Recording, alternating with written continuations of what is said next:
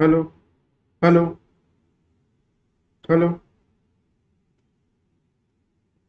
Hello.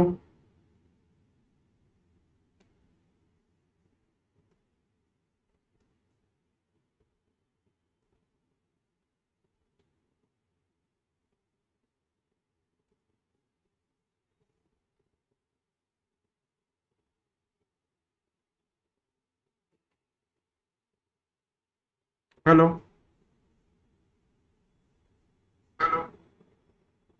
अभी आवाज आ रहा है? चलिए। चलिए, तो स्टार्ट करते हैं हम लोग क्लास। जरा अपना मैसेज डाल दो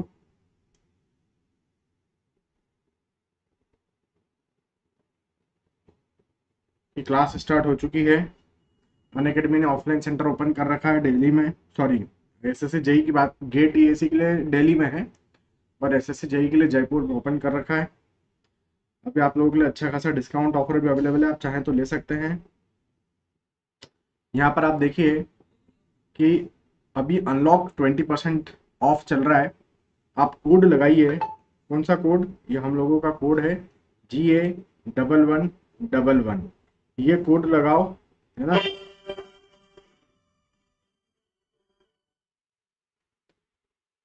ये कोड आप लगाओ, GA1111। ये कोड आप लगाएंगे, आपको 20% का ऑफ मिल जाएगा। ठीक है। इसमें यदि आप यहाँ पर देखेंगे तो आपको समझ में आएगा। सर, हो गया प्रॉब्लम सॉल्व। ओके सर, धन्यवाद। ठीक है। तो यहाँ पर आप देख सकते हैं, अभी एसएससी जेई का नया बैच स्टार्ट हो रहा है 12 मई से। नया बैच, नया सब्जेक्ट, बिल्डिंग मटेरियल बाय परन भाटिया सर। दोपहर 2 बजे रहता है, आप लोग ज्वाइन कर सकते हैं। कोड फिर से मैं बोलूँगा, यही लगाना है, GA1111। उसके बाद बीटीएससी का भी कोर्स हम लोग लॉन्च कर रहे हैं 12 मई से। बिल्डिंग मटेरियल्स में स्टार्ट हो रहा है, तो आप ये भी ले सकते हैं, एनरोल कर सकते हैं। सभी टॉप एजुकेटर्स यहाँ पर पढ़ाने वाले रहेंगे। जो प्राइसिंग है वो इस तरीके से है कि 6 महीने का जो कोर्स है वो 7,245 रुपये, और 24 महीने का जो कोर्स है वो 10,578 रुपये में अवेलेबल है। कोड लगाइए आप और अपना कोर्स बुक करके पढ़ना स्टार्ट कर सकते हैं इंडिया के सभी टॉप एजुकेटर्स के साथ में। ठीक है। ये ऑफर जो है अभी चल रहा है मात्र 13 तारीख तक। 13 मई तक ही ये ऑफर है 20% ऑफ का। उसके बाद वापस प्राइस हाइक हो जाएगा।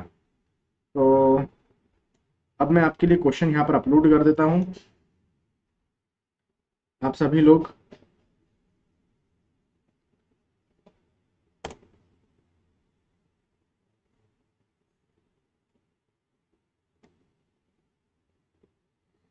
तो ये क्वेश्चन आपके पास में यहाँ पर आ चुका है कुछ इस तरीके से। क्वेश्चन में आप यहाँ पर क्या देख रहे हैं? क्वेश्चन को ध्यान से पढ़ेंगे। आज आज या कल की क्लास में हम लोगों ने पढ़ा था आर्टिशियन प्रेशर के बारे में। आज की क्लास में हमने पढ़ा था, हमारी जो पेड क्लास चल रही थी उसमें हम लोग देखे थे आर्टिशियन प्रेशर के बारे में, कि भैया आर्टिशियन प्रेशर क्या होता है और इसका क्या प्रभाव हमें देखने को मिलता है। तो मैं यही बोलूँगा कि ये क्वेश्चन आर्टिशियन प्रेशर पर बेस्ड है। हम लोगों को total stress, effective stress, forward pressure, ये सब कुछ कैलकुलेट करना है। तो आप सभी लोग, है ना, आप सभी लोग इस क्वेश्चन को मेरे साथ में सॉल्व करेंगे।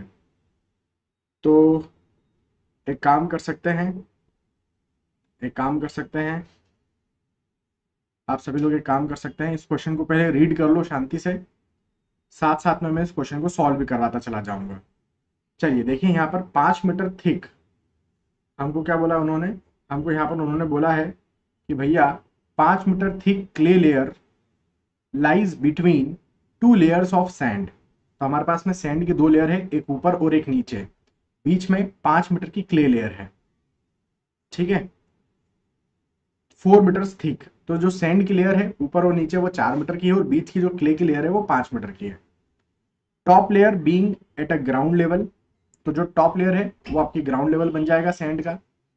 The water table is 2 meter below the ground level. चलिए पहले इतनी कहानी यहाँ पर लिखते हैं, फिर इसके आगे की कहानी को समझेंगे। तो मैंने यहाँ पर क्या लिखा कि सबसे पहले हमने यहाँ पर बना दिया कि भाई साहब ये पकड़ो आपका सैंड का एक लेयर 4 मीटर का, 4 मीटर का लेयर हो गया। फिर ये आपका क्ले का एक लेयर हो गया 5 मीटर का, है ना, 5 मीटर का एक क्ले का लेयर हो गया। और फिर से नीचे 4 मीटर का आपके पास में सैंड का लेयर आ गया। तो ये 3 लेयर्स हो गई। जी बिल्कुल। तो ऊपर से लेकर नीचे तक इसको हम लोग यहाँ पर कनेक्ट करके बता देते हैं। क्या कनेक्ट करेंगे कि भैया ऊपर वाली लेयर 4 मीटर की, बीच वाली लेयर 5 मीटर की, सबसे नीचे वाली लेयर 4 मीटर की। ठीक। उसके बाद क्या बोला कि जो सैंड की टॉप लेयर है वो ग्राउंड सरफेस बनाती है। तो ये आपका ग्राउंड सरफेस अपन ने यहाँ पर बनते हुए बता दिया। इसके बाद उन्होंने बोला कि 2 मीटर नीचे आपका क्या है, ग्राउंड वाटर टेबल है। तो ये 2 मीटर नीचे हमने ग्राउंड सरफेस से 2 मीटर नीचे ग्राउंड वाटर टेबल हमने यहाँ पर बता रखा है। ठीक है, इतनी बात। तो ये 2 मीटर नीचे हमने बता दिया। यदि ये 2 मीटर है तो बचा हुआ डिस्टेंस भी आपका कितना होगा, 2 मीटर ही होगा। तो ये डिस्टेंस हमने बोल दिया कि भैया ये 2 मीटर है। तो ये जो बचा हुआ डिस्टेंस है ये भी आपका 2 मीटर हमें देखने को मिल रहा है। ठीक। तो यहाँ पर हम लिख दें, यहाँ पर हम क्या लिख सकते हैं कि भैया ये हमारी सैंड की लेयर है ना, ये हमारा सैंड का लेयर है, ये भी हमारा सैंड का लेयर है, और ये हमारा क्या है, ये हमारा क्ले का लेयर है। अब पढ़ते हैं क्वेश्चन को। The water table is 2 meter below the ground level but lower layer of sand is under artesian pressure, the piezometric surface being 4 meter above ground level. तो उन्होंने क्या बोला कि जो नीचे वाली लेयर है, लोअर लेयर, यहां से यहां पढ़ेंगे कि जो लोअर लेयर है सैंड की वो आर्टिशियन प्रेशर के अंडर है। यदि उसके अंदर आप पिजोमीटर लगाते हैं तो जो उसकी सरफेस है वाटर की वो 4 meter above the ground level चले जाती है। मैंने आपको बताया था। तो यहां पर यदि हम पिजोमीटर लगाएं, ठीक है, यहां पर हमने मान लो कहीं पर पिजोमीटर लगा रखा है, ठीक है, यहाँ पर अपने कहीं पर भी लगा दो, ये पूरे में यूनिफॉर्म आर्टिशियन प्रेशर रहता है। ठीक है, तो ये हमने लगा रखी है। इस तरीके से मान लो एक हमने पिजोमेट्रिक ट्यूब लगा दी, जिसके कारण क्या बोल सकते हैं हम लोग,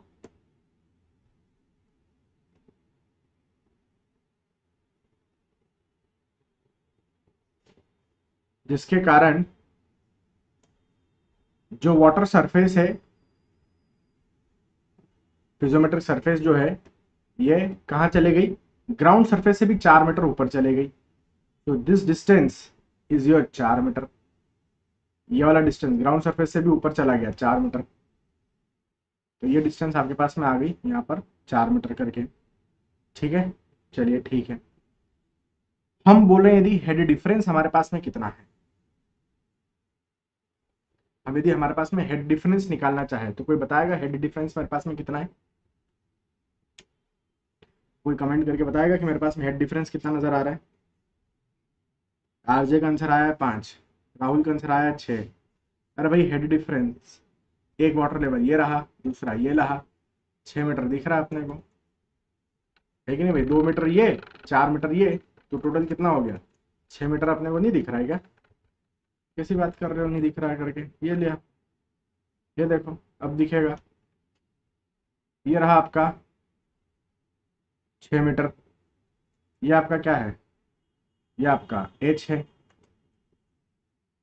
ठीक है, दिस इज व्हाट वी होती एच। ठीक, दोनों वाटर लेवल के बीच का डिस्टेंस जिसकी वैल्यू 6 मीटर दिख रही, 4 मीटर और 2 मीटर 6 मीटर। चलिए ठीक है, यहाँ तक की बात खत्म।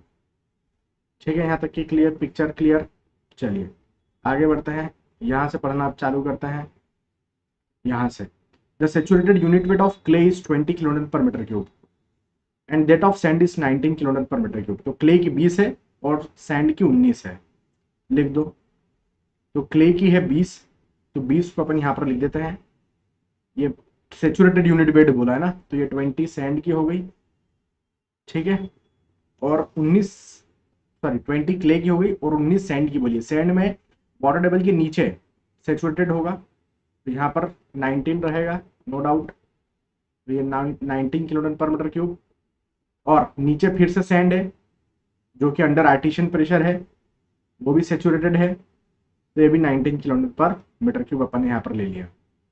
ठीक है, तो नीचे वाली सैंड 19 किलोमीटर पर मीटर क्यूब का यूनिट वेट, बीच वाली क्ले का 20 किलोमीटर पर मीटर क्यूब का यूनिट वेट, और वाटर टेबल के नीचे ये सैंड भी 19 किलोमीटर पर मीटर क्यूब। ऊपर वाली जो सैंड है 2 मीटर की, ये बल्क कंडीशन में होगी या ड्राई कंडीशन में होगी, उसको भी देख सकते हैं। यहाँ पर पढ़ा हमने the above water table the unit weight of sand is 16.5 kilometre पर मीटर क्यूब। तो जो ऊपर वाली वैल्यू है यहाँ पर, ये हमको कितनी दे रखी है 16.5। ये अपन ने लिख दिया कि भैया यहाँ की जो वैल्यू अपने को दी हुई है 16.5 किलो न्यूटन पर मीटर क्यूब दे रखी है। 16.5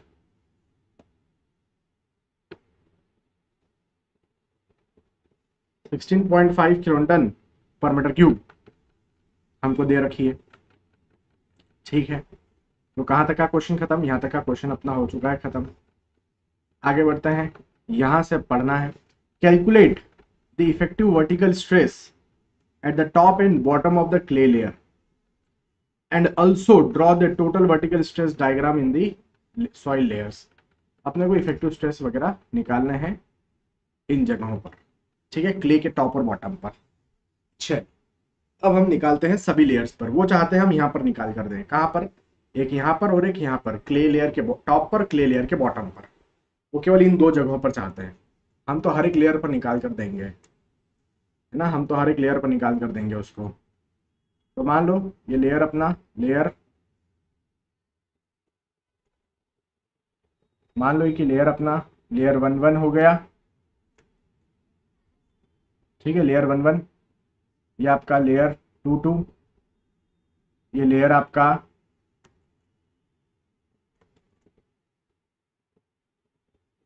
3,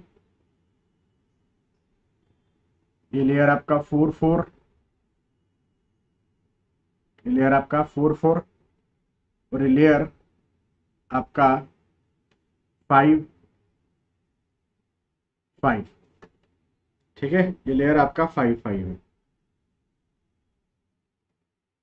ठीक है, तो हर एक लेयर पर अपन निकालने की अब बात करते हैं। चलिए एक एक करके निकालते हैं। ध्यान दीजिएगा सभी लोग, काफी अच्छा क्वेश्चन है, बहुत सारे कंसेप्ट यहाँ पर क्लियर होंगे आपके, है ना। इस क्वेश्चन में काफी सारे कंसेप्ट हमारे क्लियर होंगे। एक काम करें क्या, एक यूट्यूब पर देखोगे क्या? यूट्यूब पर आओगे? यूट्यूब की लिंक डालूं, यूट्यूब वाला देखोगे क्या सेशन? चलो यूट्यूब पर आ जाओ थोड़ी देर के लिए। मैं आपको लिंक डाल देता हूँ।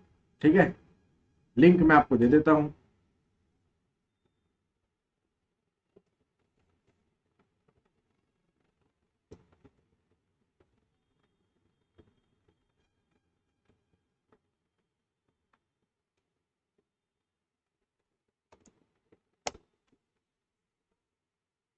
चलिए आगे सब लोग यूट्यूब पर आ जाओ, फटाफट से आ जाओ, वहीं पर कमेंट करेंगे।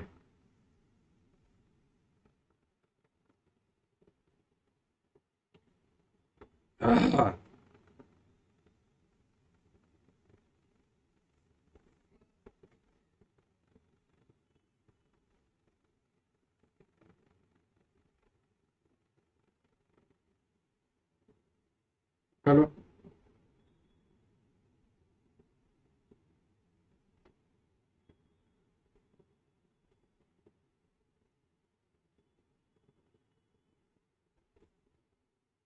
आ गए? आवाज आ रही है यहाँ पर?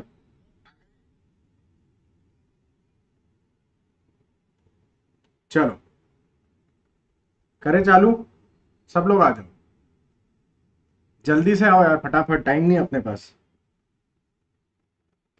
सभी लोग यूट्यूब पर आ जाए, लिंक डाल दिया हूँ। चलो यूट्यूब पर मैं भी कमेंट कर देता हूँ। Hello everyone. चलिए ये क्वेश्चन अपन यूट्यूब पर निपटाते हैं। जरा देखिएगा जल्दी से कि मैं यहाँ पर क्या बताना चाह रहा हूँ आप लोगों को। सबसे पहले हमने यहाँ पर क्या किया, लेयर 1 पर निकालने की कोशिश की। जरा देखिएगा लेयर 1 पर क्या आ रहा है, आप खुद आंसर देंगे। लेयर 1 पर टोटल स्ट्रेस कितना आ रहा है? सबसे टॉप लेयर है, इसके ऊपर कोई और प्रेशर लग रहा है क्या? नहीं लग रहा है। तो लेयर 1 1 पर वैल्यू कितनी आ गई टोटल स्ट्रेस की? 0। पोर ऑर्डर प्रेशर कितना निकल कर आ रहा है? 0। इफेक्टिव स्ट्रेस कितना निकल कर आ रहा है लेयर 1 1 पर? 0। खत्म हो गई बात। चलिए भाई बात खत्म हो गई। अब हम लेयर 2 2 की बात करते हैं। लेयर 2 2 पर टोटल स्ट्रेस कितना निकल कर आ रहा है? यहाँ पर हमने देखा कि यहाँ का यूनिट वेट कितना है? 16.5। 16.5 इंटू 2, वैल्यू कितनी निकल कर आ गई? 16.5 इंटू 2 लिखूंगा, वैल्यू मेरी यहाँ पर निकल कर आ रही है 16.5 इंटू 2 लिखा मैंने। सो वैल्यू मेरी कितनी निकल कर आ रही है? 16.5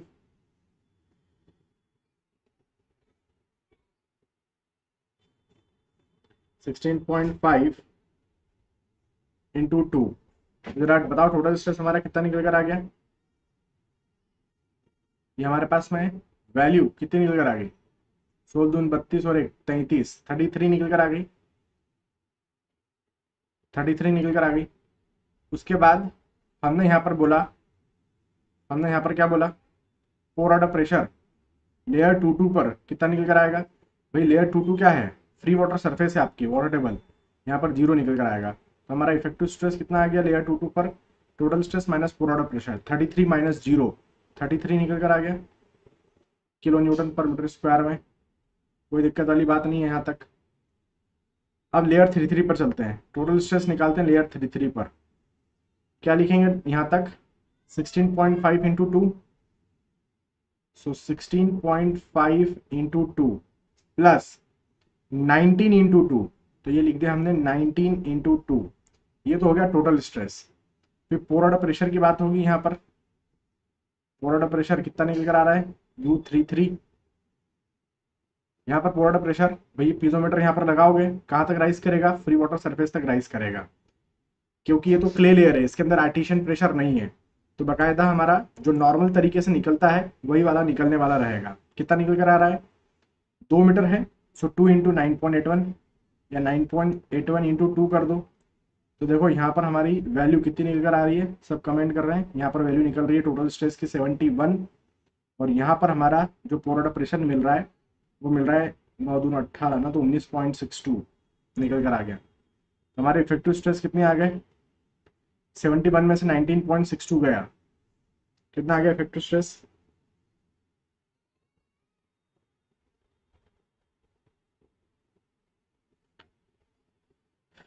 इफेक्टिव स्ट्रेस आ गया 51.38।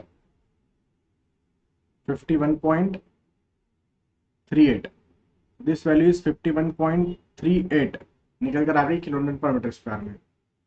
तो लेयर 1 1 पर निकल चुका है, लेयर 2 2 पर निकल चुका है, लेयर 3 3 पर भी निकल चुका है हमारा इफेक्टिव स्ट्रेस। अभी तक तो कोई चिंता की बात नहीं है। लेयर 4 4 पर निकालते हैं। चलिए टोटल स्ट्रेस निकालते हैं लेयर 4 4 पर। लेकिन अब मेरी बात सुनिएगा, लेयर 4 4 जो है वो इंटरफेस है आपके क्ले और सैंड का। ये वाली जो लेयर है ये इंटरफेस है क्ले और सैंड का, और सैंड इस बार ऐसी सैंड है जिसमें आर्टिशियन प्रेशर मौजूद है। मतलब लेयर 4 4 के जस्ट नीचे आर्टिशियन प्रेशर लग रहा है। तो हम यहाँ पर दो प्रकार के टोटल स्ट्रेस, मतलब दो प्रकार के इफेक्टिव स्ट्रेस निकालेंगे हम लोग। एक लेयर 4 4 के जस्ट अबो और एक लेयर 4 4 के जस्ट बिलो। दो प्रकार की वैल्यूज यहाँ पर हम निकालने वाले रहेंगे। चलिए हम जस्ट अबो वाली निकाल लेते हैं। यहाँ पर हमने लिख दिया जस्ट अबो लेयर 4 4, है ना। 4 4 के जस्ट अबो निकालते हैं। क्या लिखेंगे हम लोग? टोटल स्ट्रेस निकालें पहले। लेयर 4 4 पर कितना आ रहा है टोटल स्ट्रेस? 16.5 इंटू 2, 16.5 इंटू 2 सही है। 19 इंटू 2, ठीक है, 19 इंटू 2 भी सही है। उसके बाद में 20 इंटू 5, ठीक है, तो 20 इंटू 5। जरा वैल्यू बताओ कितना निकल कर आ गया टोटल स्ट्रेस का? What is the value of total stress? your total stress is coming 171 kilo pascal, ठीक है, 171 किलो पास्कल निकल गया। अब पोर ऑर्डर प्रेशर निकाल दो लेयर 4 4 पर। What is the pore water pressure layer 4 4 पर? जस्ट अबो निकाल रहे हैं हम, जस्ट अबो निकाल रहे हैं, इसका मतलब है कि अभी आर्टिशियन प्रेशर का कोई रोल आया ही नहीं है। जब आर्टिशियन प्रेशर का कोई रोल आया ही नहीं है तो आपको चिंता करने की कोई बात ही नहीं है, आप अपना नॉर्मल तरीके से निकाल दो। मतलब यदि मैं यहाँ पर पीजोमीटर लगाऊं तो ये कहां तक राइज करेगा, ऑफ कोर्स ये फ्री वाटर सरफेस यहाँ तक राइज करेगा, तो ये हमारा प्रेशर हेड बन जाएगा। तो हम यहाँ पर क्या कर सकते हैं, ये हाइट कितनी हो गई वाटर टेबल के नीचे, 2 मीटर और 5 मीटर, यहाँ से लेकर यहाँ तक की ये हाइट कितनी हो गई, 7 मीटर हो गई टोटल, 7 मीटर हो गई। तो लिख दो यहाँ पर कि भैया 9.81 इंटू 7 मीटर, वैल्यू कितनी निकल कर आ रही है, 9.81 इंटू 7 मीटर, वैल्यू कितनी निकल कर आ गई, 68.67 निकल कर आ गई। तो 68.67 किलो पास्कल ये हमारा निकल कर आ गया पोर प्रेशर। ठीक है, तो जरा इफेक्टिव स्ट्रेस निकाल दें हम लोग जी, बिल्कुल इफेक्टिव स्ट्रेस निकालो मन भर के। तो total stress minus effective stress कितना निकल कर आ गया, सबने आंसर कर दिया सर 102 निकल कर आ रहा है। तो ठीक है, 171 में से 68.67 माइनस करेंगे तो 102.37 किलो पास्कल निकल कर आ गया। किलो पास्कल को किलो न्यूटन पर मीटर स्क्वायर भी लिख सकते हैं। तो ये आपने इस जगह पर निकाल दिया टोटल स्ट्रेस, पोर प्रेशर और इफेक्टिव स्ट्रेस। अब मैं जस्ट बिलो निकालने की बात करता हूं, मतलब यहां पर सेम लेयर पर जस्ट बिलो निकालने की बात करता हूं। और मैं जस्ट बिलो यदि निकालने की बात करता हूं तो यहां पर जस्ट बिलो में क्या है, एक सैंड मौजूद है जो कि अंडर आर्टिशियन प्रेशर है। आप जानते हैं आर्टिशियन प्रेशर के कारण क्या हो रहा होता है, अपवर्ड सीपेज होता हुआ हमको यहाँ पर दिखेगा, एक आर्टिशियन प्रेशर यहाँ पर लगता हुआ दिखेगा, क्विकसेंड कंडीशन ऑकर हो सकती है, नो प्रॉब्लम। तो बस उसके कारण निकालते हैं अब हम लोग। तो चलिए नेक्स्ट स्लाइड पर चलते हैं, लिखते हैं अपन यहाँ पर just below the layer 4 we want to calculate the total stress. तो देखो टोटल स्ट्रेस में तो कोई चेंज नहीं आएगा, है ना। आपका टोटल स्ट्रेस हम देख लेते हैं, टोटल स्ट्रेस लेयर 4 पर कितना निकल कर आएगा, अपनी कॉपी में फिगर में देखो, टोटल स्ट्रेस वही वैल्यू रहेगी, कुछ नहीं है, 16.5 into 2 plus 19 into 2 plus 20 into 5। तो टोटल स्ट्रेस में तो कोई चेंज नहीं आया क्योंकि अपन जस्ट यहाँ पर जस्ट एकदम बिलो निकाल रहे हैं, तो कोई अंतर नहीं आएगा।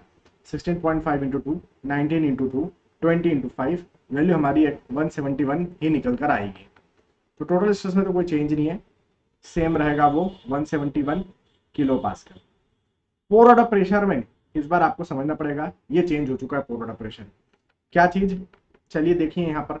अब पोर वाटर प्रेशर को निकालने के दो तरीके हैं, पोर वाटर प्रेशर को निकालने के दो तरीके। पहला तरीका क्या है, कुछ नहीं करना है आपको, pressure head into gamma W करना है। क्या करना है, pressure head into gamma W. जरा देखो प्रेशर हेड कितना मिल रहा है, ये आपने लगाया पीजोमीटर, यहां तक राइज कर गया, आपने ये लगाया यहाँ पर पीजोमीटर जस्ट बिलो, कहां तक राइज कर गया, इस लेवल तक राइज कर रखा उसने, ये हमने राइज कर दिया इस लेवल तक, ये हमारा प्रेशर हेड निकल कर आ गया। लेवल यही वाला रहेगा जहां तक गया है ये, आप चाहे यहां पर लगाओ, यहां लगाओ, यहां लगाओ, यहां लगाओ, ये इस लेवल तक ही जाएगा क्योंकि उसमें हेड ही उतना है। तो हमारे पास में बताओ ये हाइट कितनी हो गई, ये हाइट कितनी हो गई हमारे पास में, प्रेशर हेड गिन कर बताओ total, what is the value of pressure head, मतलब यहां से लेकर यहां तक की हाइट बताओ मुझे, इतनी पूरी हाइट जो मैं बताया हूं वो बताओ कितनी आ रही है, ये काउंट करना, 5 मीटर प्लस 4 मीटर, फिर उसके ऊपर फिर 4 मीटर, तो 5 और 4 9 और 4 13 मीटर। सब बच्चे कमेंट भी कर रहे हैं 13 मीटर, बहुत खूब, बहुत ही खूब। तो हमारे पास में 13 मीटर हमें साफ तौर पर नजर आ रहा है प्रेशर हेड। तो हमारा प्रेशर हेड आ चुका है 13 meter into unit weight of water 9.81। जरा देखो कितना आ गया, व्हाट इज द वैल्यू, 127.53 आप लोग मुझे यहाँ पर बता रहे हैं आप कमेंट में। चलिए ठीक है, ये आपका, ये तो एक तरीका हुआ, ये हमारा एक तरीका हुआ। पोर ऑर्डर प्रेशर को निकालने का। ठीक है, पोर ऑर्डर प्रेशर को निकालने का ये एक तरीका हुआ। और करके लिखता हूं, एक तरीका और बताऊं पोर ऑर्डर प्रेशर को कैलकुलेट करने का। पोर ऑर्डर प्रेशर को कैलकुलेट करने का और एक और तरीका हम लोग यहां पर देखते हैं। क्या लिख सकते हैं, चलिए देखिए, पहले जरा मुझे हाइड्रोस्टेटिक प्रेशर बताओ, हाइड्रोस्टेटिक प्रेशर कितना आ रहा है, कहां पर निकालना है, इस जगह पर निकालना है, लेयर 4 पर। जरा बताओ ये वैल्यू कितनी निकल कर आ रही है, ये वैल्यू कितनी निकल कर आ रही है, 2 मीटर ये, 5 मीटर ये, 2 और 5 7, ठीक है, 7 निकल कर आ रही है। तो पहले तो अपना ये नॉर्मल तरीके से हम लिख देते हैं, नॉर्मल तरीके से हम लोग लिख देते हैं कि 9.81 इंटू 7 ये निकल कर आ गया अपना वाटर टेबल के कारण। प्लस मुझे ये बात बताओ, ये क्या है अपना बायोन्सी फोर्स है, किधर की तरफ लग रहा है, ऊपर की तरफ लग रहा है। ये क्या है अपना, ये क्या है अपना बायोन्सी फोर्स है, किधर लग रहा है, ऊपर की तरफ लग रहा है। कितनी वैल्यू है इसकी, 9.81 इंटू 7, पोर ऑर्डर प्रेशर जिसको हम बोलते हैं नॉर्मल। ठीक है, अब पानी एक प्रेशर और लगा रहा है, कौन सा, यहां पर आप देखिए, एक वाटर लेवल ये रहा, दूसरा वाटर लेवल ये रहा, दोनों वाटर लेवल के बीच में क्या है डिफरेंस। पानी हाई हेड से लो हेड की तरफ जाता है, हाई हेड कहाँ है, यहां पर, मतलब इस जगह पर हाई हेड है और लो हेड ऊपर है, तो पानी कहां से कहां फ्लो होगा, नीचे से ऊपर की तरफ। यहां पर फ्लो कैसा है, डाउनवर्ड या अपवर्ड, यहां पर सीपेज कैसा हो रहा है, डाउनवर्ड या अपवर्ड सीपेज। भाई नीचे हेड ज्यादा बता रहे हैं वो लोग, देखो ऊपर यहां तक चला गए हैं, नीचे हेड ज्यादा है, तो नीचे से ऊपर की तरफ पानी फ्लो हो रहा है। अब मुझे एक बात बताओ, जब पानी फ्लो होता है, मतलब जब सीपेज होता है, तो in the direction of seepage क्या लगता है, सीपेज प्रेशर लगता है, और वो सीपेज प्रेशर की वैल्यू कितनी होती है, सीपेज प्रेशर की वैल्यू कितनी होती है, available head into gamma W होती है। ये अवेलेबल हेड है आपका, ये अवेलेबल हेड है आपका, दोनों वाटर लेवल के बीच का हेड डिफरेंस एच। तो इसकी वैल्यू कितनी है एच की, उसमें गामा डब्ल्यू का मल्टीप्लाई कर दो, वो हमारा क्या बन जाएगा, सीपेज प्रेशर बन जाएगा। और ये सीपेज प्रेशर कैसा लग रहा होगा, ये सीपेज प्रेशर हमको ऊपर की तरफ लग रहा होगा, क्योंकि वाटर ऊपर की तरफ फ्लो हो रहा है, तो सीपेज प्रेशर भी ऊपर की तरफ ही लगेगा। तो यहाँ पर अपन ने रख दिया कि भैया ऊपर की तरफ आपका क्या लग रहा है, सीपेज प्रेशर लग रहा है 9.81 इंटू एच, एच है हमारा 6, दोनों आपस में क्या हो जाएंगे, जुड़ जाएंगे। ये लगा था आपका वो वाटर टेबल के कारण पोर ऑर्डर प्रेशर, ये लग रहा है आपका सीपेज के कारण लगने वाला प्रेशर, दोनों आपस में जुड़ गए। यहाँ पर मैंने जोड़ दिया उनको, ये लो 9.81 इंटू 6, वैल्यू हमारी कितनी निकल कर आ गई, दोनों को ऐड किया था मैंने, दोनों को वैल्यू ऐड किया, कितना निकल कर आ रहा है आंसर, सेम उतना ही निकल कर आ रहा है आपका 127.53 किलो पास्कल, सेम निकल कर आ गया, जितना ये निकल कर आया था उतना ये भी निकल कर आ गया, खत्म हो गई बात। तो दोनों तरीके आप अपना सकते हैं, दोनों ही तरीके आप यहाँ पर क्या कर सकते हैं, अपना सकते हैं। तो ये भी अपवर्ड सीपेज दे रहा है, तो यहाँ पर भी हमारा क्या हो सकता है, यहाँ पर भी हमारा, यहाँ पर भी चांसेस है कि हमारा क्विक्सेंट कंडीशन ओकर हो जाए। ठीक है, क्विक्सेंट कंडीशन यहाँ पर भी ओकर हो सकता है। तो ये हमने जस्ट बिलो पोर ऑर्डर प्रेशर निकाल दिया। अब हमें क्या निकालना है, जस्ट बिलो में इफेक्टिव स्ट्रेस निकालना था। जरा निकाल दो इफेक्टिव स्ट्रेस कितना निकल कर आ रहा है जस्ट बिलो में। तो टोटल स्ट्रेस है 171 माइनस 127.53, जरा निकालो कितना आ रहा है इफेक्टिव स्ट्रेस, कितना आ रहा है इफेक्टिव स्ट्रेस।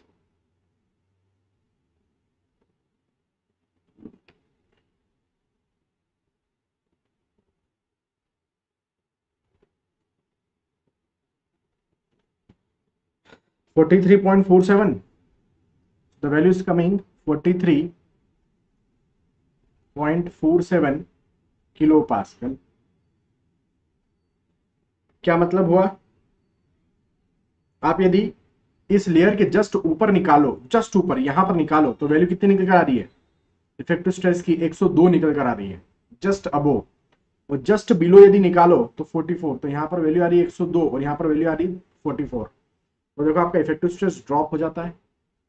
ठीक है, इफेक्टिव स्ट्रेस क्या हो जाता है, ड्रॉप हो जाता है। ड्रॉप होके यदि ये जीरो हो जाए, ड्रॉप होके यदि ये जीरो हो जाए, तो हम बोल देंगे कि भैया क्विक्सेंट कंडीशन ओकर हो चुकी है, दलदल बन चुका है, नीचे जमीन के नीचे दलदल बन चुका है।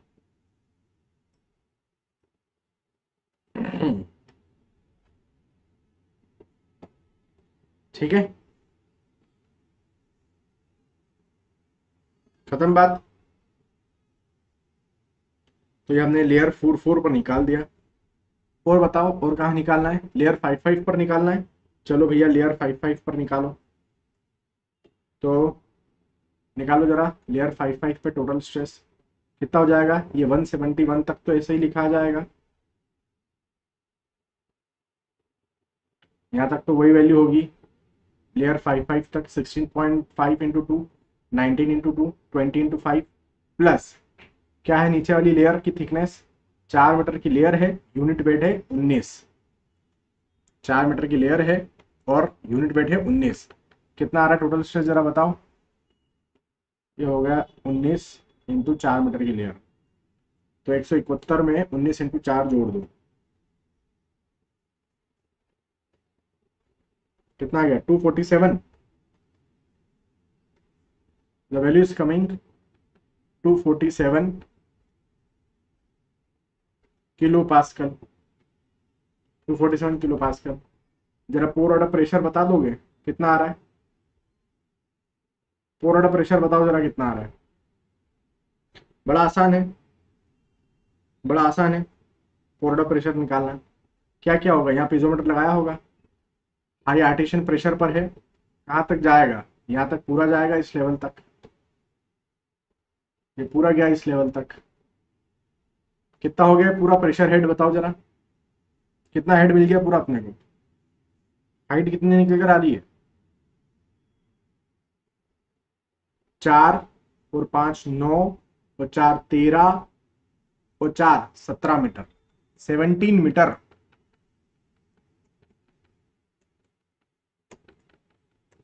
17 मीटर निकल कर आ रहा है। यहाँ पर अपने लिख दिया 17। तो pressure head into gamma W लिख देता हूँ।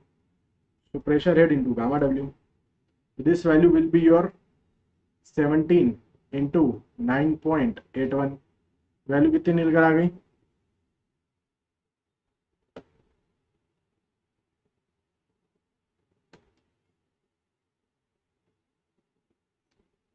वैल्यू कितनी निकल आ गई।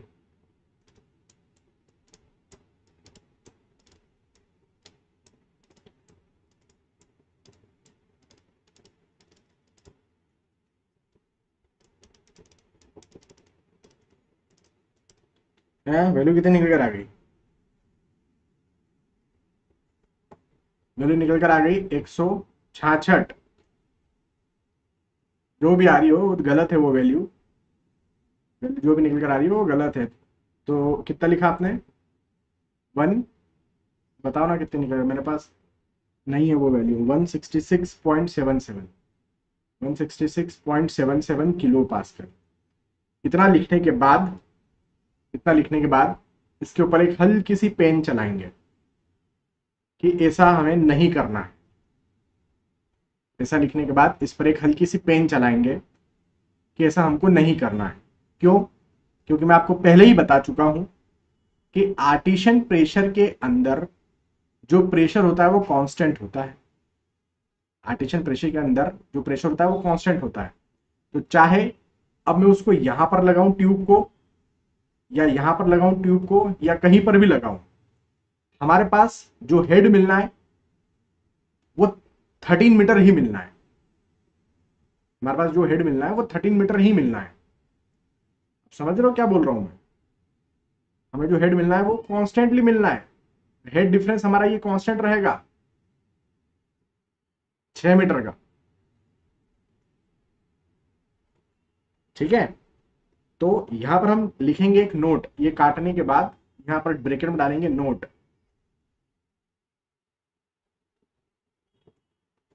क्या डालेंगे, नोट। नोट डालेंगे in, in artesian pressure zone, artesian pressure zone, pressure zone pressure is constant, artesian pressure zone, artesian pressure is constant, ऐसा लिख सकते हैं। Zone artesian pressure is constant, artesian pressure is constant, constant. ठीक है, तो कुल मिलाकर आप यहां पर जितना हमको जस्ट यहां पर मिला है उतना ही मिलने वाला रहेगा नीचे भी थ्रू आउट। तो यहां पर अपन क्या लिखेंगे, लेयर 55 पर भी, लेयर 55 पर भी हम लिखेंगे कि 13 इंटू 9.81, 13 इंटू 9.81, तो हमारे पास में वैल्यू कितनी निकल आ गई, 127.53 किलो पास्कल निकल कर आएगी। इसका मतलब क्या हुआ, इसका मतलब यह हुआ कि इस पर पूरे पर यूनिफॉर्म प्रेशर पर पानी मौजूद है, एक यूनिफॉर्म कंप्रेशन प्रेशर लग रहा है वाटर पर, जिसको हम आर्टिशियन प्रेशर बोल रहे हैं, जिसको हम क्या बोल रहे हैं, आर्टिशियन प्रेशर यहां पर हम बोल रहे हैं। ठीक है, तो कुल मिलाकर यदि अपन यहां पर देखें तो हमारे पास वैल्यू कितनी मिल गई, कहां गया, 13 मीटर हमको मिल गई। तो यहां पर हमारे पास में आर्टिशियन, ये हमारे पास में कोरोना प्रेशर निकल कर आ गया। इफेक्टिव स्ट्रेस हमारा कितना निकल कर आ रहा है, इफेक्टिव स्ट्रेस लेयर 55 पर कितना निकल कर आ गया, टोटल स्ट्रेस हमारा कितना निकला था यहाँ पर 247 किलो पास्कल, उसमें से 166.7, सॉरी 247 में से 127.53 माइनस करेंगे, कितना दे रहे हो आंसर, 119, तो 119.47 किलो पास्कल ये हमारे पास में निकल कर आ गया वैल्यू इफेक्टिव स्ट्रेस लेयर 55। तो ये हर एक लेयर पर मैंने क्या निकाल दिया है, हर एक लेयर पर मैंने कैलकुलेट करके आपको दे दिया। ठीक, अब अपन इसका डिस्ट्रीब्यूशन डायग्राम बनाते हैं।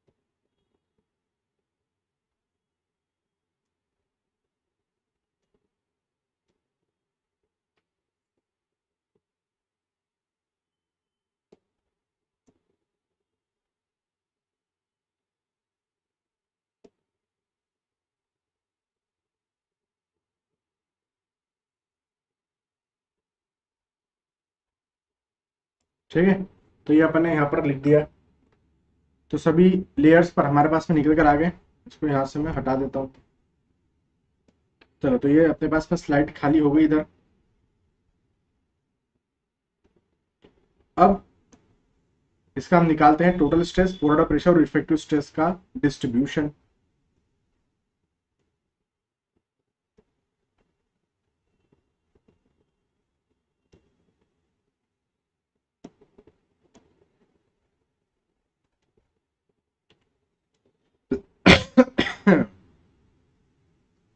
ठीक है, डिस्ट्रीब्यूशन हम लोग निकालते हैं। चलो इसको बना रहना देते हैं।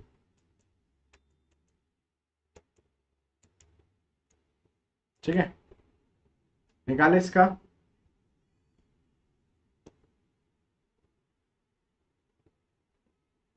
इसका निकाले हम लोग, जरा देखिएगा सभी लोग।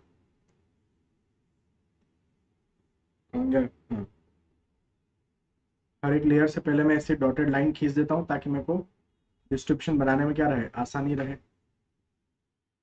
आप लोग भी ऐसा बना लीजिए डायग्राम, ताकि आप लोग भी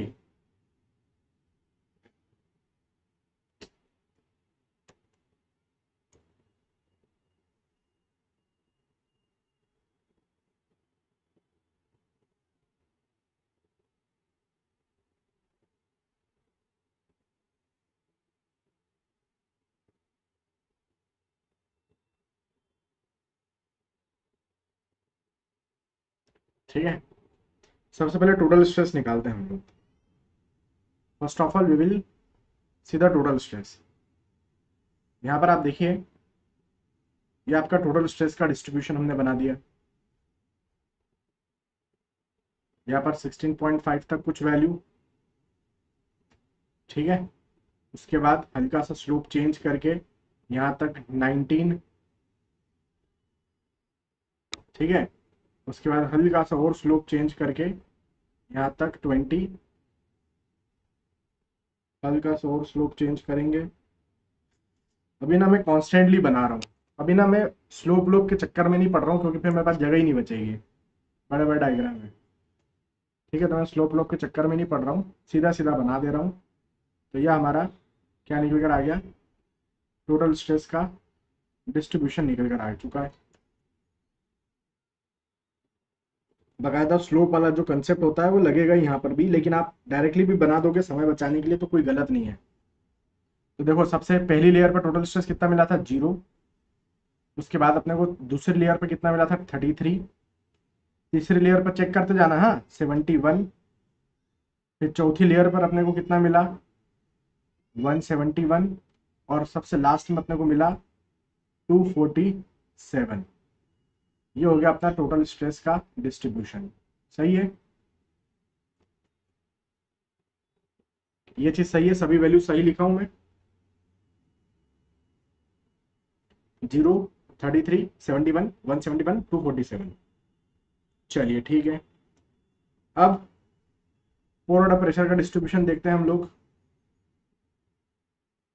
पोरोडा प्रेशर का डिस्ट्रीब्यूशन क्या बोल रहा है, पहली लेयर पर 0, दूसरी लेयर पर 0, तीसरी लेयर से स्टार्ट हुआ है।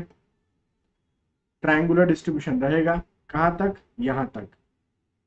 तो आप देखेंगे ये हमारे पास में वैल्यू निकल कर आई, कितनी निकल कर आई, जस्ट अबो। वैल्यू बताओ यहां पर, जस्ट अबो लेयर 44 पर पोरोडा प्रेशर जस्ट अबो कितना निकला था, अपनी कॉपी में देखेंगे।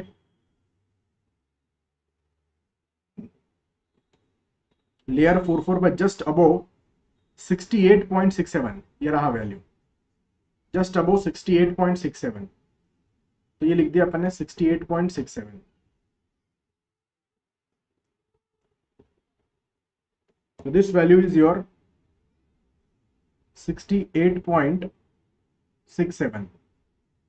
अब जस्ट बिलो उसी लेवल पर कितना निकल कर आ रहा है, जस्ट बिलो की यदि अपन यहां पर बात करें तो जस्ट बिलो कहां है, ये है 127.53, जस्ट बिलो 127.53, उसी लेवल पर लेयर 44 पर। तो जस्ट बिलो निकल कर आ रहा है, इसको थोड़ा सा और आगे बढ़ा दो, इसको मैं थोड़ा और आगे बढ़ा दिया, तो ये वैल्यू कितनी हो गई होगी, ये टोटल वैल्यू है यहां से लेकर यहां तक की 127.53। तो ये वैल्यू कितनी है, इतनी सी, वो वैल्यू कितनी होगी उतनी सी। 127.53 में से 68.67 माइनस करके बताओ, माइनस करके बताओ, 58.86।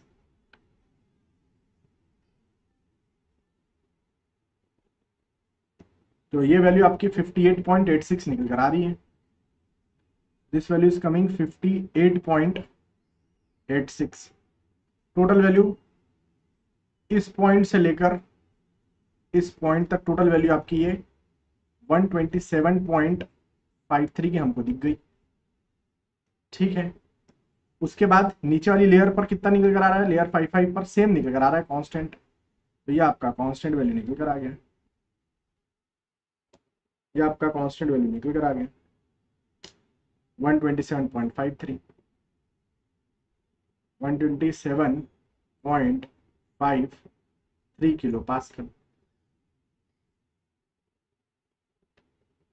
ठीक है। तो ये हमारा किसका डिस्ट्रीब्यूशन हो गया, फोर ऑर्डर प्रेशर का डिस्ट्रीब्यूशन हो गया। तो आपने क्या देखा, ये जो इंटरफेस था, ये जो लेयर 44 पर आपका इंटरफेस था, क्ले से जस्ट आप सैंड में आ रहे थे, आर्टिशियन जोन में आ रहे थे, तो अचानक से आपका पोर प्रेशर बढ़ जाता है। तो अचानक से आपका पोर प्रेशर बढ़ गया, पहले नॉर्मली मौजूद था 68.67, उसमें बढ़ोतरी हो गई, कितनी की बढ़ोतरी हो गई, 58.86 की, 58.86 की बढ़ोतरी हो गई। ये बढ़ोतरी कहां से आई, आर्टिशियन हेड के कारण आई। ये कहां से आया मैं बताऊं, चेक कर लो भले, ये आपका एच गामा डब्ल्यू के बराबर होगा, H gamma W, H gamma W के बराबर है ये टर्म, चेक कर लो, एच की वैल्यू 6 रखो, गामा डब्ल्यू की वैल्यू 9.8 रखो, यही टर्म निकल कर आएगी, आ रही निकल कर। तो ये आपका सीपेज हेड था, जो एडिशनल एड हो रहा था, मैंने निकाल कर बताया आपको। तो सीपेज के कारण एक्स्ट्रा वैल्यू ऐड हो गई वहां पर पोर वाटर प्रेशर में, आर्टिशियन प्रेशर के कारण ऐड हो गई वो एक्स्ट्रा टर्म, टोटल वैल्यू 127.53 की हो गई। अब ये 127.53 through out the zone of artisan pressure. अब मान लो इसकी यहाँ पर 4 मीटर लिखी है, यदि ये 40 मीटर भी लिखी हुआ होता तो भी पूरे 40 मीटर तक ये कांस्टेंट वैल्यू आपकी मेंटेन रहती 127.53 की, 127.53 की ये कांस्टेंट वैल्यू मेंटेन रहती।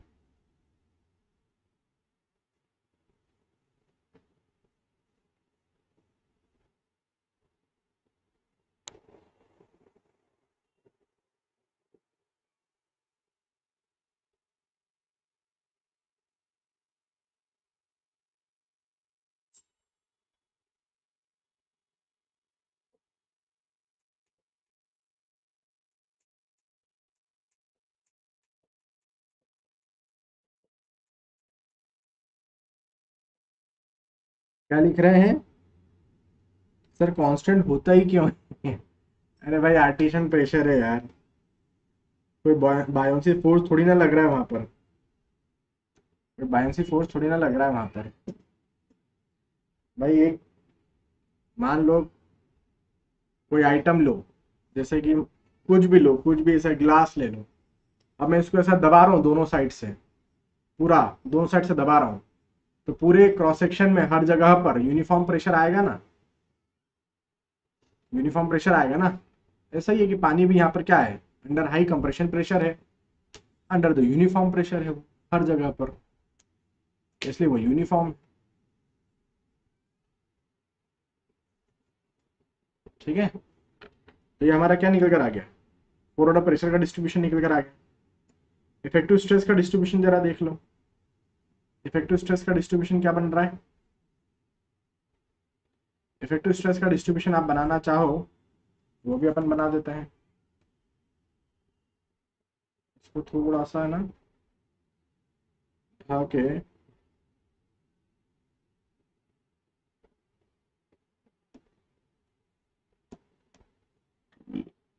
इफेक्टिव स्ट्रेस का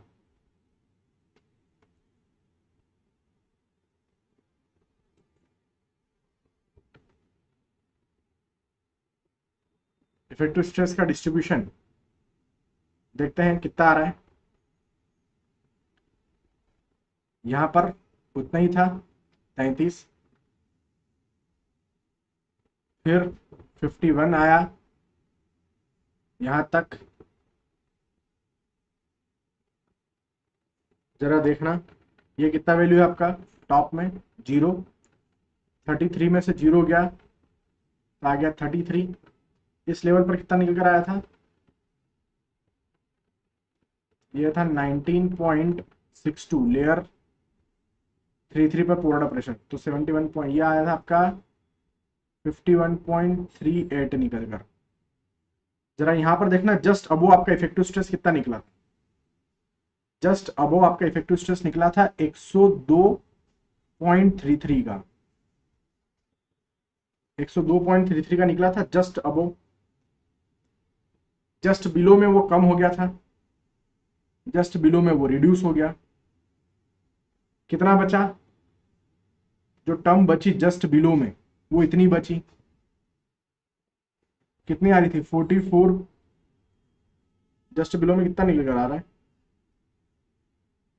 जस्ट बिलो में इफेक्टिव स्ट्रेस 43.47, 43.47 निकल कर आ रही थी, यहाँ पर अपने लिख दिया 43.47 की वैल्यू हुई है। 43.47 इतना वैल्यू आ रहा है जस्ट बिलो में। ठीक है, फिर नीचे आए, नीचे कितना आ रहा है 119, तो नीचे आ गया अपना 119।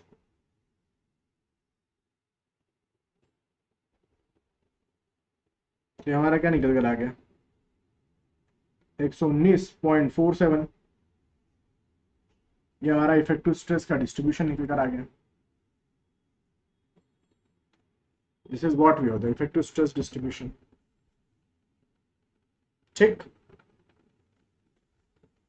Total stress, pore water pressure और इफेक्टिव स्ट्रेस, तीनों का हमने क्या देख लिया, यहाँ पर डिस्ट्रीब्यूशन देख लिया।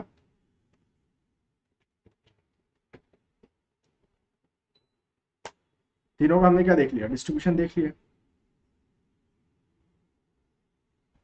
क्लियर, चले आगे नेक्स्ट क्वेश्चन पर।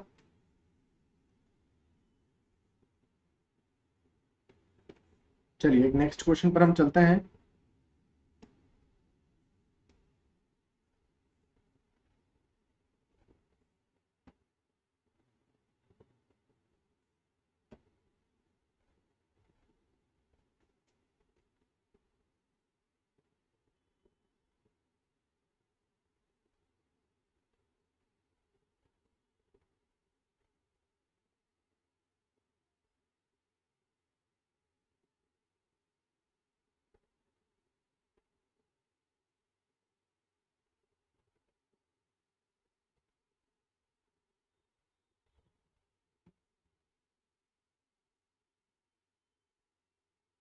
चलिए देखिएगा, यहाँ पर एक क्वेश्चन आपको यहाँ पर नजर आ रहा है।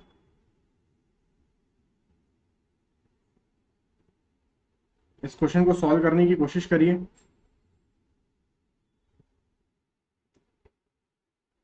Just try to solve this question.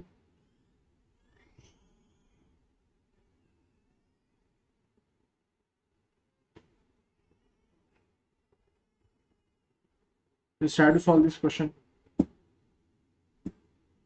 अभी तो पहले मुझे सभी लोग सुनिए,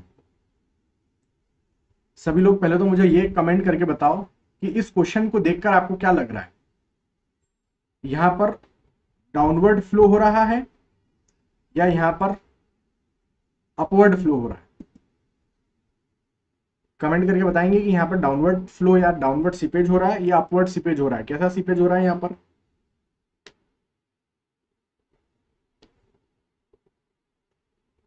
क्या बात है, सब लोग डाउनवर्ड कमेंट कर रहे हैं। अपवर्ड वाला कोई नहीं है क्या? अपवर्ड वाला कोई भी नहीं है?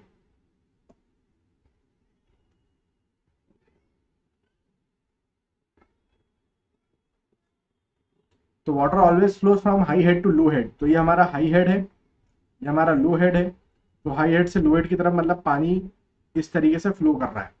तो वाटर जो फ्लो कर रहा है वो डाउनवर्ड डायरेक्शन में फ्लो कर रहा है, ऐसा अपन ने यहाँ पर बता रखा है। चलिए ठीक है, मान लिया।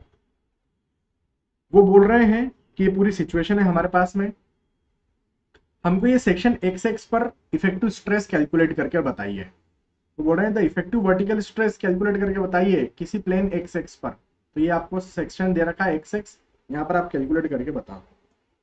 इनका बड़ा आसान सा क्वेश्चन दे दिया उन्होंने हमको। मुझे एक बात बताओ, जब भी मुझे इफेक्टिव स्ट्रेस निकालना होता है तो पहले तो मुझे ये कमेंट करके बताओ कि आपने ये चीज यहाँ पर आइडेंटिफाई कर ली कि भैया डाउनवर्ड सीपेज है, डाउनवर्ड फ्लो है। तो जब डाउनवर्ड फ्लो होता है तो इफेक्टिव स्ट्रेस बढ़ते हैं या घटते हैं? कमेंट करके बताओ। इफेक्टिव स्ट्रेस इंक्रीज होते हैं या डिक्रीज होते हैं?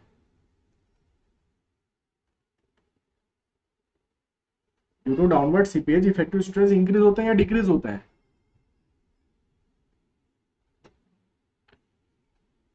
डेफिनेटली इंक्रीज होते हैं। इंक्रीज होते हैं मतलब प्लस साइन आएगा हमारे पास में। तो हम यहाँ पर फॉर्मूला क्या लगाएंगे?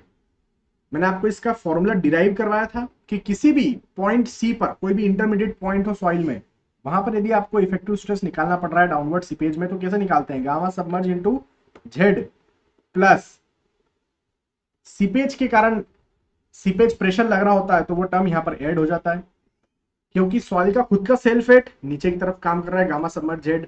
सीपेज प्रेशर वो भी नीचे की तरफ काम कर रहा है, that is I Z gamma W, I Z gamma W. तो दोनों आपस में क्या हो जाएंगे, ऐड हो जाएंगे। दोनों को आपस में हमने कर दिया ऐड, हमारे पास में वैल्यू में निकल कर आ गई इफेक्टिव स्ट्रेस की, कितनी निकल कर आ गई। चलिए गामा सबमर्ज की बात करते हैं। तो हमको यहाँ पर दे रखा है, जूम करेंगे थोड़ा सा इसको, गामा सेचुरेटेड आपको 18 दिख रहा होगा, 18 दिख रहा है गामा सेचुरेटेड। तो गामा सबमर्ज निकाला जा सकता है जी, बिल्कुल निकाला जा सकता है। तो गामा सबमर्ज हमने निकाल लिया, gamma saturated minus gamma W करके। अब जेड क्या है, जेड वो सेक्शन है जहां पर हमको इफेक्टिव स्ट्रेस निकालना है। तो ये आपका जेड हो चुका है 5 मीटर पर, है ना। यहाँ से फ्लो स्टार्ट होता है, ये हमारा स्टार्टिंग पॉइंट है ए, ये हमारा एंडिंग पॉइंट है मान लो बी, और यहाँ कहीं पर हमने ले रखा है पॉइंट सी, ठीक है। तो ये कितनी दूरी पर मौजूद है, जेड दूरी पर मौजूद है 5 मीटर। तो जेड की वैल्यू आ गई 5 मीटर। प्लस आई की बात करो, आई क्या है, hydraulic gradient. What is I, I is hydraulic gradient. तो हाइड्रोलिक ग्रेडियंट का मतलब क्या होता है, हाइड्रोलिक ग्रेडियंट मतलब टोटल हेड लॉस डिवाइड में total length of flow path. ये हमारा हेड लॉस हो गया, ये एक वाटर का लेवल है, फिर उसके बाद हमारा ये एक वाटर का लेवल है, ये हमारा क्या है हेड लॉस। कितना दिख रहा है, 3 मीटर दिख रहा है, 3 मीटर दिख रहा है। तो लिख दो यहाँ पर head loss is 3 meter divide में length of flow path. Length of flow path, पानी ने कितना डिस्टेंस कवर किया, यहां से वो चलना चालू किया, गया गया गया गया यहां तक आया, टोटल डिस्टेंस कितनी हो गई 5 मीटर प्लस 1 मीटर, ये टोटल 6 मीटर की डिस्टेंस चला है वो। तो हेड लॉस डिवाइड में लेंथ ऑफ फ्लो पाथ, तो 3 डिवाइड में 6 हमने यहाँ पर लिख दिया। फिर जेड, जेड तो अपना 5 मीटर था ही, यहाँ पर हमको निकालना होगा गामा डब्ल्यू 9.81। बड़ा आसान से क्वेश्चन, देखने में बहुत बड़ा लग रहा है लेकिन 2 लाइन में सॉल्व हो गया।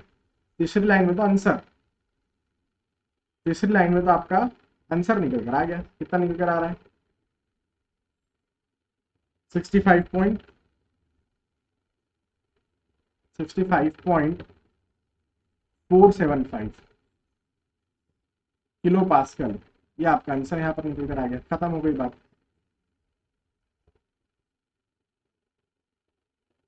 अब बताओ मेंस में यदि ऐसा क्वेश्चन दे दे तो मजा आ जाए 10 नंबर में, या 5 नंबर में ही दे दे, वो दे सकता है, क्यों नहीं दे सकता, बिल्कुल दे सकता है। ऐसे ही तो क्वेश्चन देते हैं मेंस में, एसएससी जेई मेंस में ऐसे ही तो क्वेश्चन देते हैं, ठीक है। अगले क्वेश्चन की तरफ चले, ये हमारा क्या हो चुका है, ये हमारा आंसर निकल कर आ गया। चलिए नेक्स्ट क्वेश्चन की तरफ चलते हैं।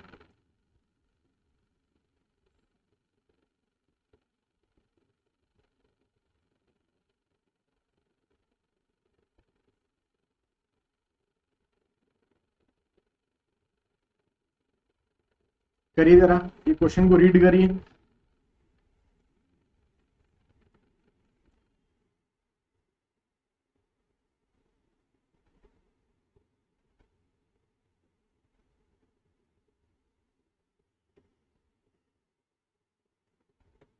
ये कंसेप्ट आज की क्लास में हम लोग पढ़े थे, बनाया था इस टाइप का स्केच कि आपका क्विकसेंट कंडीशन प्रैक्टिकली फील्ड पर ऑब्जर्व किया जा सकता है यदि आप ज्यादा डेप्थ का गड्ढा खोद दे तो। पढ़ाया था मैं, उसी से मिलता जुलता, उसी पर बेस्ड ये क्वेश्चन यहाँ पर आपकी नजरों के सामने है। Please try to solve this question.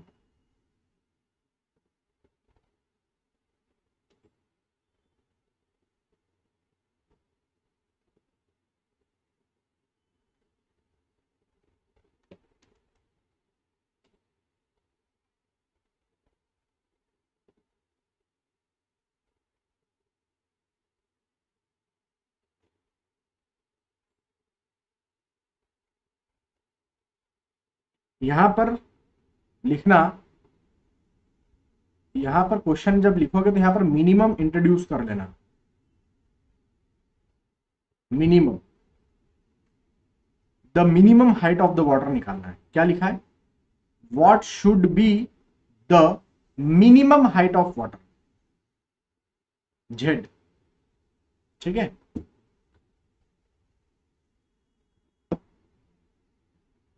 वो बोल रहे हैं वो बोल रहे हैं कि आप सिचुएशन क्या आई हुई होगी समझने की कोशिश करिएगा। सिचुएशन ये आई है कि मान लो पहले ही आपका ग्राउंड सरफेस रहा होगा इस तरीके से, ठीक। सिचुएशन क्या आई है, इस तरीके से आई है कि मान लो पहले ये ग्राउंड सरफेस रहा होगा आपका, हमने गड्ढा खोद दिया, ये हमने खोदा यहाँ पर गड्ढा। अब गड्ढा हमने खोद दिया जरूरत से ज्यादा, है ना। नीचे क्या मौजूद है, आर्टिशियन प्रेशर मौजूद था। ये देखो नीचे क्या मौजूद है, लिखा हुआ है यहाँ पर कि नीचे क्या है, underlying by a layer of sand. Sand की लेयर मौजूद है नीचे, जो कि अंडर आर्टिशियन प्रेशर मौजूद है। दिया हुआ ये दिया हुआ एक ट्यूब यहाँ पर लगा रखा है जो कि 5 मीटर तक ऊपर जा रहा है, तो प्रेशर मौजूद है। तो हमने ये देखा कि यहाँ पर क्या क्या था। मान लो आपने गड्ढा खोदा, हमें पता चला जरूरत से ज्यादा गड्ढा खोदा जा चुका है। तो ऐसी स्थिति में जरूरत से ज्यादा गड्ढा खोद दिया है, तो ऐसी स्थिति में यहाँ पर आपका ये क्या हो रहा है, यहाँ पर इफेक्टिव स्ट्रेस जो है वो नेगेटिव में चले जा रहे हैं, <1 हो जा रहे हैं। तो अब क्या करना पड़ेगा, इस गड्ढे को वापस भरना पड़ेगा सॉइल से। मान लो सॉइल तो हमने फेंक दी, तो अब यहाँ पर इफेक्टिव स्ट्रेस, सॉइल यहाँ की क्या हो चुकी, नीचे की सैंड जो थी नीचे की वो दलदल बन चुकी है, क्योंकि आपने जरूरत से ज्यादा गड्ढा खोद दिया, इफेक्टिव स्ट्रेस कम हो गए हैं, तो वो दलदल बन चुकी है सैंड आपकी। क्विकसैंड कंडीशन होकर होने ही वाली थी, जस्ट हो या हो चुकी है मान लो। तो हमने क्या किया, तुरंत इस प्रॉब्लम को सॉल्व करने के लिए गड्ढे में पानी भर दिया। इस गड्ढे में पानी भर दिया, गड्ढे में पानी भर दिया, तो वेट आ गया, यहाँ पर वेट आ गया, थोड़ा सा वेट आ गया, तो इस पॉइंट ए पर टोटल स्ट्रेस बढ़ गए। टोटल स्ट्रेस बढ़ गए तो इफेक्टिव स्ट्रेस जीरो नहीं होंगे, नेगेटिव में नहीं जाएंगे। तो वो बोल रहे हैं कि कितनी डेप्थ का पानी भर दें हम गड्ढे में, वो बता दो। तो वो डेप्थ जेड हमको यहाँ पर वो पूछना चाह रहे हैं, वो हम यहाँ पर निकाल के दे सकते हैं, बड़ा आसान है। आप नहीं चाहते कि आपकी स्टेबिलिटी का लॉस हो, मतलब क्विकसैंड कंडीशन होकर हो, आप नहीं चाहते हैं, तो इफेक्टिव स्ट्रेस क्या रखोगे, will keep the effective stress greater than 0। तो हमारे पास ए पर इफेक्टिव स्ट्रेस की इक्वेशन क्या बनेगी, सबसे पहले टोटल स्ट्रेस देखना।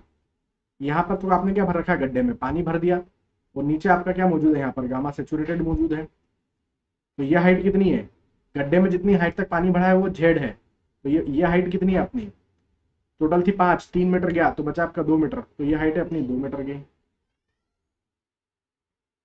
ठीक है, तो टोटल स्ट्रेस कितना आ गया, पॉइंट ए पर टोटल स्ट्रेस आ चुका है गामा डब्ल्यू इंटू जेड, गामा डब्ल्यू into z plus gamma saturated into 2, gamma saturated into 2 metre. तो ये टोटल स्ट्रेस आ गया, माइनस फोरवर्ड प्रेशर, अपन तो जस्ट बिलो की बात कर रहे हैं। मैंने लिखवाया था नोट आपको बकायदा कि जो पॉइंट ए ले रहे हैं वो जस्ट बिलो ले रहे हैं। तो ये कितना जा रहा है, 5 मीटर ऊपर तक जा रहा है, 5 मीटर ऊपर तक जा रहा है।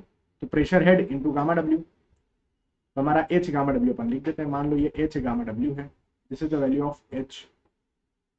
ये आप क्या है, प्रेशर हेड है।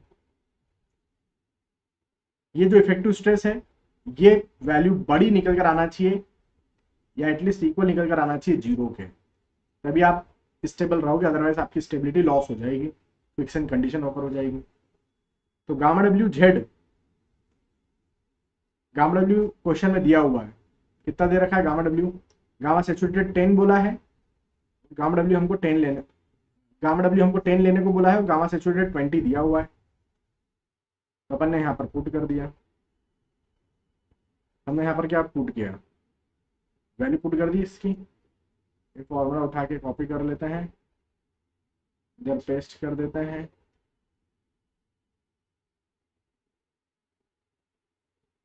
तो गामा डब्ल्यू हमारे पास में 10 है, जेड हमको निकालना है, plus gamma saturated into 2, gamma saturated उन्होंने 20 दे रखा है, इंटू 2 कर दिया।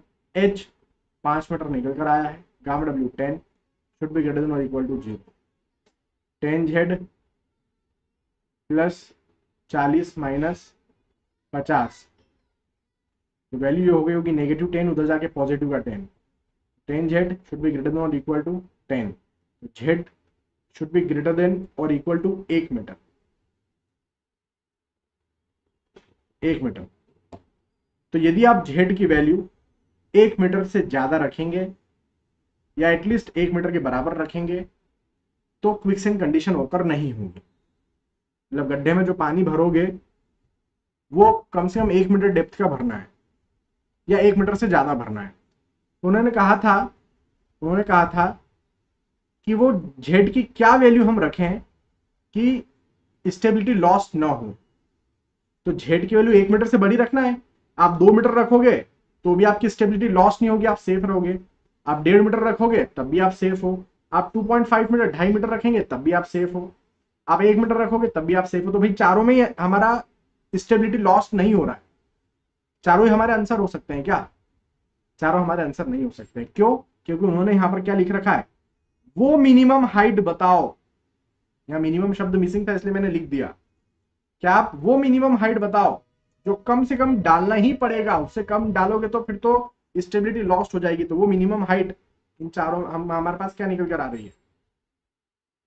वो मिनिमम हाइट हमारे पास में 1 मीटर निकल कर आ रही है। तो कम से कम 1 मीटर तो आपको रखना ही पड़ेगा। तो हमारा वो मिनिमम हाइट 1 मीटर निकल कर आ चुका है। Answer is 1 meter. क्या ये बात क्लियर है?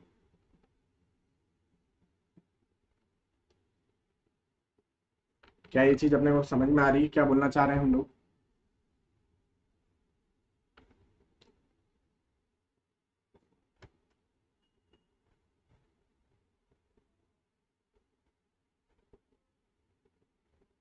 ठीक है, तो ये वाला क्वेश्चन देख लिया। तो अभी तक अपन कितने क्वेश्चन सॉल्व कर लिए? कितने क्वेश्चन सॉल्व कर लिए कन्वेंशनली, बड़े बड़े क्वेश्चंस?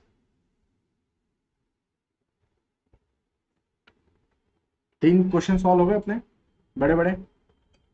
चल 5 एक मिनट और अपन पढ़ते हैं, तो उसके बाद क्लास को एंड करेंगे।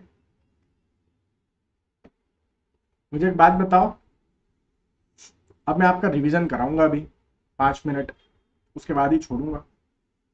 हम लोग एसएससी की क्लासेस अटेंड कर रहे हैं। जियोटेक चल रहा है आप लोगों का, है ना? सुबह 10 बजे चलता है डेली 10 AM। एसएससी जैन ऑल स्टेट एई के अंदर हम काफी सारे टॉपिक्स देख चुके हैं अभी तक, ठीक है? उस पर अब आपको रिवीजन की भी जरूरत होती है। तो मान लीजिए यदि मैं आपको एक क्वेश्चन दूं, मैंने आपको एक क्वेश्चन दिया कि मान लो कि आपका जो विस्कोसिटी है वो 25 है, जिसके कारण आपकी जो परमेबिलिटी निकल कर आती है वो 100 निकल कर आती है। यदि मैं विस्कोसिटी को 100 कर दूं, यदि मैं विस्कोसिटी को 100 कर दूं, तो बताओ मेरी परमेबिलिटी कितनी निकल कर आएगी? Question mark. कमेंट करके बताएंगे क्या आंसर आएगा इसका।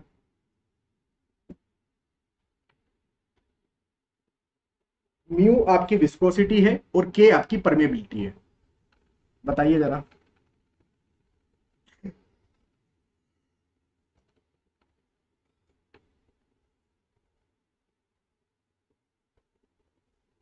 सभी लोग 25 कमेंट कर रहे हैं।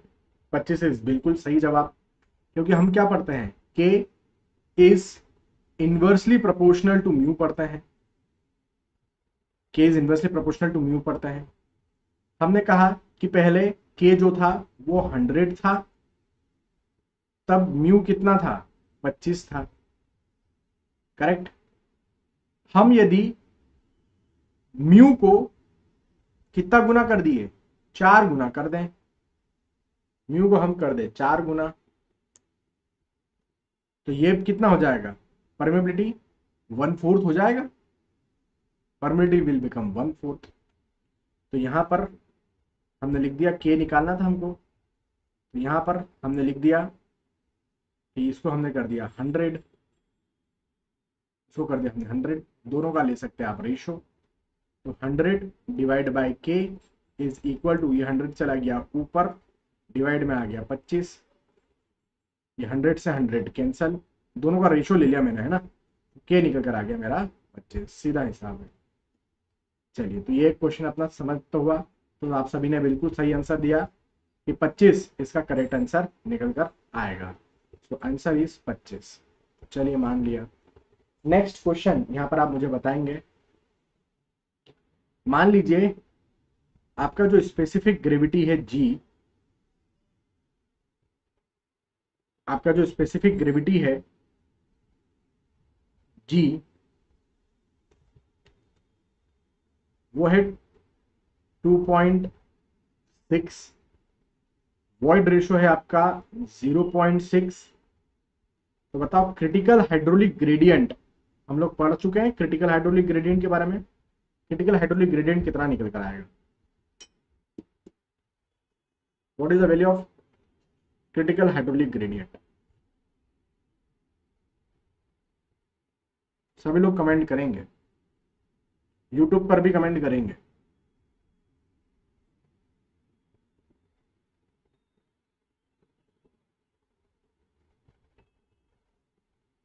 बहुत बढ़िया। तो आपको फॉर्मूला पता है क्रिटिकल हाइड्रोलिक ग्रेडियंट का?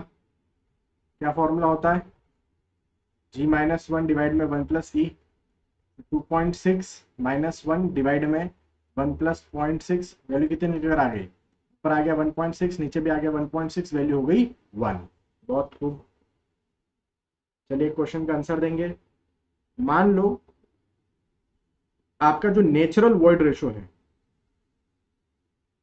मान लीजिए आपका जो नेचुरल वॉइड रेशो है वो 0.5 है। आपके पास जो पार्टिकल है वो स्फेरिकल शेप का है और यूनिफॉर्मली ग्रेडेड है, मतलब उसका coefficient of uniformity equal to 1 निकल कर आ रहा है। आपके पास नेचुरल वॉइड रेशो 0.5 है, जो पार्टिकल का शेप है वो स्फेरिकल है और कोफिशिएंट ऑफ यूनिफॉर्मिटी 1 निकल कर आ रहा है मान लीजिए। तो बताइए इसका डेंसिटी इंडेक्स कितना निकल कर आएगा परसेंटेज में? डेंसिटी इंडेक्स बोलो या डिग्री ऑफ डेंसिटी बोलो, कितना निकल कर आएगा बताओ जरा। रिलेटिव डेंसिटी भी इसको बोला जा सकता है।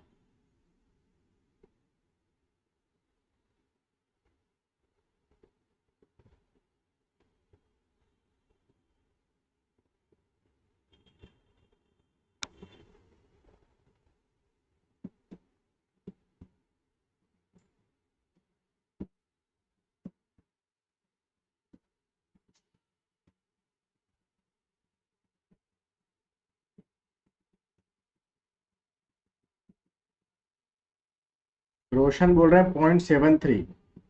बेटा मैंने परसेंटेज में पूछा, परसेंटेज में 0.73 आ रहा है। राहुल 0.76, राहुल भी 0.73, रोशन 73%, संतोष का 73%।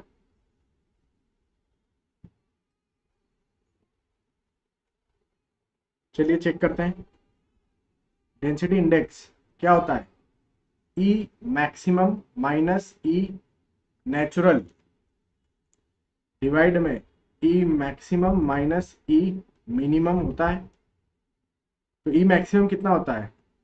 जब आपके पास में एक स्फेरिकल पार्टिकल ले लिया जाए, जितने भी पार्टिकल है वो यूनिफॉर्म शेप के हो। कैसे पता चला? कोफिशिएंट ऑफ यूनिफॉर्मिटी 1, मतलब सभी पार्टिकल्स का जो शेप है, सॉरी सभी पार्टिकल का जो साइज है वो इक्वल है। तो शेप तो बता ही रखा है कि स्फेरिकल है। तो ऐसी कंडीशन में आप कितना ले सकते हैं मैक्सिमम वर्ड रेशो? 0.91। कौन से अरे में? क्यूबिकल अरे में।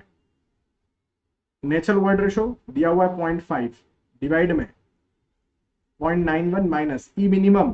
पार्टिकल यदि स्फेरिकल शेप का है, सभी पार्टिकल्स स्फेरिकल शेप के और इक्वल साइज के हैं, तो रोम्बोहेड्रल अरे से हम कितना ले सकते हैं? 0.35 इंटू क्या करेंगे 100। जरा कैलकुलेट करते हैं क्या निकल कर आ रहा है। कैलकुलेटर में कैलकुलेट करूं?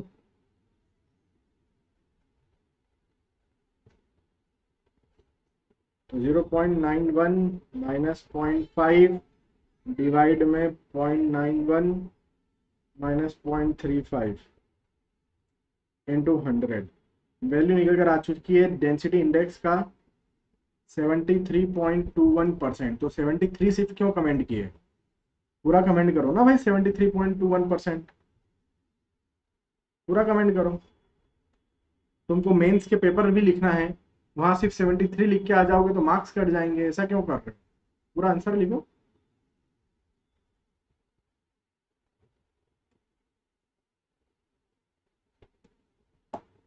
चलिए नेक्स्ट क्वेश्चन का मुझे आंसर देंगे। एक ऐसी सॉइल का एग्जांपल दीजिए जो कोलैप्सिबल नेचर की होती है। कोलैप्सिबल सॉइल का एक एग्जांपल दीजिए मुझे।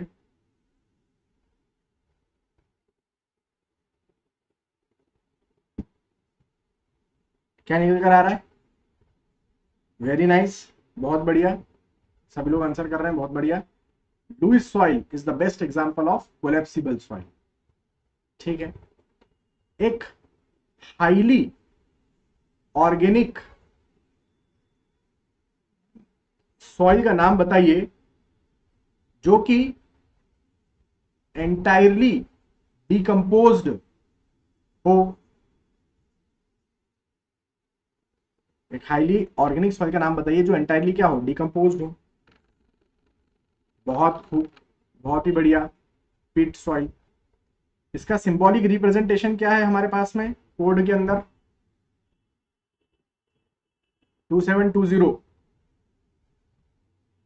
पीई नहीं है भाई, संतो क्या नाम है, सौरभ, सौरभा।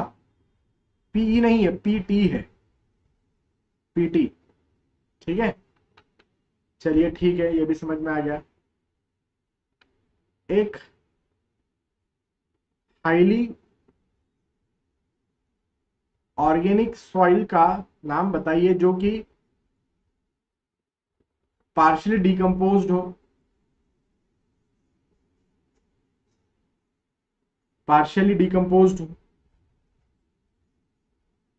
रोशन ने आंसर दिया है, आरजे ने दिया है, और कोई? रोहित ने दिया है, बहुत बढ़िया। Humus, humus soil can be example of highly organic soil. बहुत खूब।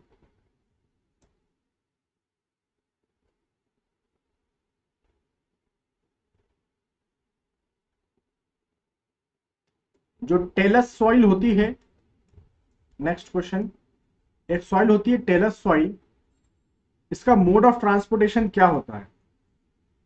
मोड ऑफ ट्रांसपोर्टेशन क्या होता है? कमेंट करके बताएंगे। टेलस सॉइल का मोड ऑफ ट्रांसपोर्टेशन क्या होता है और उसको एक और किस नाम से जाना जाता है?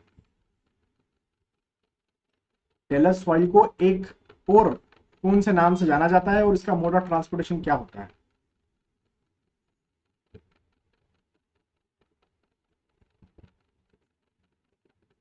बहुत खूब, बिल्कुल सब लोग सही आंसर कर रहे हैं। कि जो मोड ऑफ ट्रांसपोर्टेशन होता है वो ग्रेविटी होता है, एंड इसको कोलुवियल सॉइल के नाम से भी जाना जाता है। बहुत बढ़िया, बहुत ही खूब। ठीक है, मान लिया कि इसको कोलुवियल सॉइल से भी जान रहे हैं।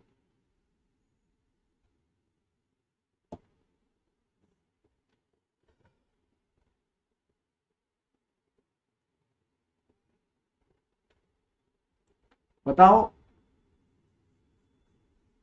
बताओ वॉइड रेशो,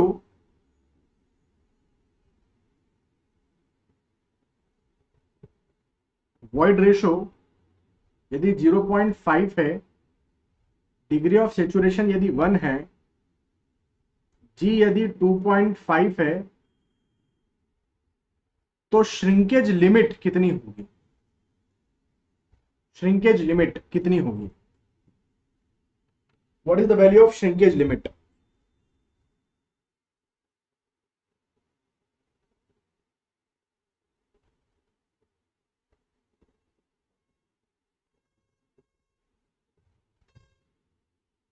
परसेंटेज में आप बता सकते हैं, you can answer in percentage.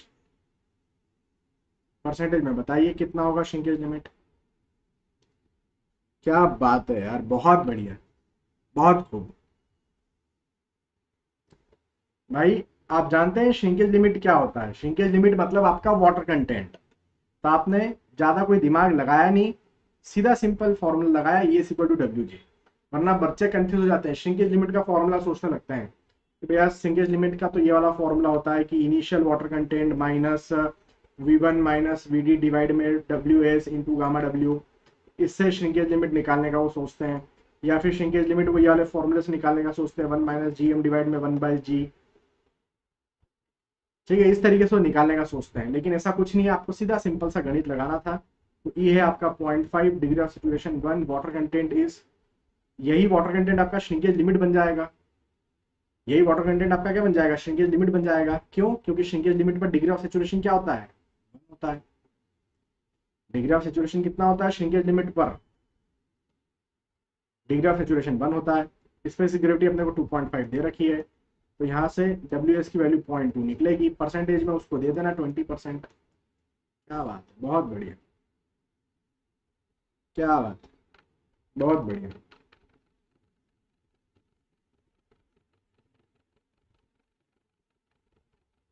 मतलब तुम लोगों का रिवीजन हो रखा है ना, ऐसा नहीं कि बिल्कुल 0 बटे सन्नाटा हो।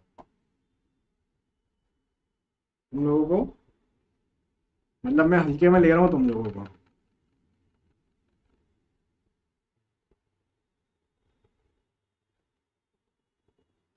मैं हल्के में ले रहा हूँ तुम लोगों को।